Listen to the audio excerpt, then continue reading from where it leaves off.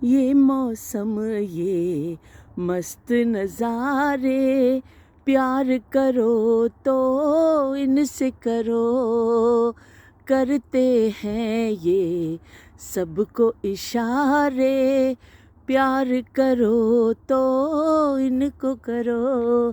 ते लो भी देख लवो यूके दी पहली सीज़न दी पहली इस साल दी बर्फबारी जिहड़ी है ना हो गई है और रात खासी होंदी रही। हुण थोड़ी देर लिए रुकी है और शायद दोबारा शुरू हो जाए। अगर दोबारा शुरू होई तो मैं फिर तुहानूं कोशिश करांगी लाइव भी दिखा देवां बर्फबारी होंदे होए, तो मैं तुहानूं दिखा देवांगी, लेकिन ਉਹਦਾ कोई गारंटी नहीं है। तो जो कुछ हैगा वे असीं तुहानूं फिलहाल दिखा दिंदे आ। वाइट चादर ओढ़ ली है हर तरफ, तो सोहना सोहना पे लगता यूके अपनी ग्रीनरी के हवाले ना बड़ा मशहूर है, लेकिन बर्फबारी का अपना ही हुसन है और खूबसूरती। लो भी देख लवो।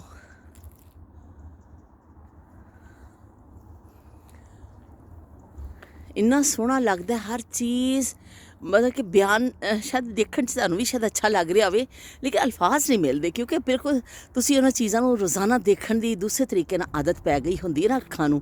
तो फिर जो इस तरह वाइट हर तरफ एक आ जाती है बर्फ़ की तह, तो बहुत ही खूबसूरत लगता वे।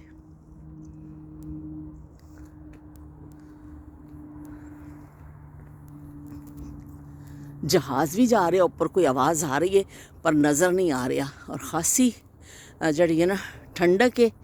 और की कहते ने पर लोगों को शुक्र है ज़्यादा इस दफ़ा मुश्किलात नहीं हुई इस वजह के नाल कि बहुत रोड क्लीयर ने, बहुत हैवी नहीं हुई जड़ी कि रोड्स ब्लॉक हो जाते हैं, उस तरह की बर्फबारी नहीं हुई है। तो इस तो खासी बचत हो गई है स्कूल जाने वालों, जॉब से जाने वाले लोगों को, वरना बड़ा मुश्किल होंदा है।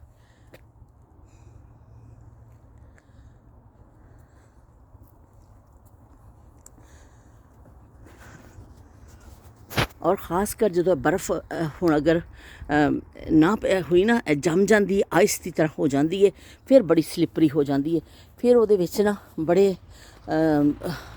होंदे ने वाक़यात जिहड़े हड्डी टुटण दे। इस तो बर्फ़ नूं पहले शुरू च जो होंदी है नरम होंदी है, तुसीं पैर रख के भी चलदे हो ना तो कोई मसला नहीं होंदा, पर जदों तुसीं की कहंदे ने अगे कहते शीशे की तरह हो जाती है ना, उत्ते फिर पैर रखो और एकदम पैर स्लिप हो जाता वे। इत्थे शूज़ भी फिर ऐसे आते हैं बर्फबारी में, जो लोग बाहर निकलते हैं, जॉब्स होंदियां ने और बच्चे भी खास तौर पर, फिर उन्होंने दिनों शूज़ ऐसे पाते हैं जिन्होंने पैदल चलना होंदा कि जोड़े बर्फ़ से स्लिप ना होण, वरना हड्डी टुटण के वाक़यात जोड़े ने ना इन्हां दिनां च होंदे ने।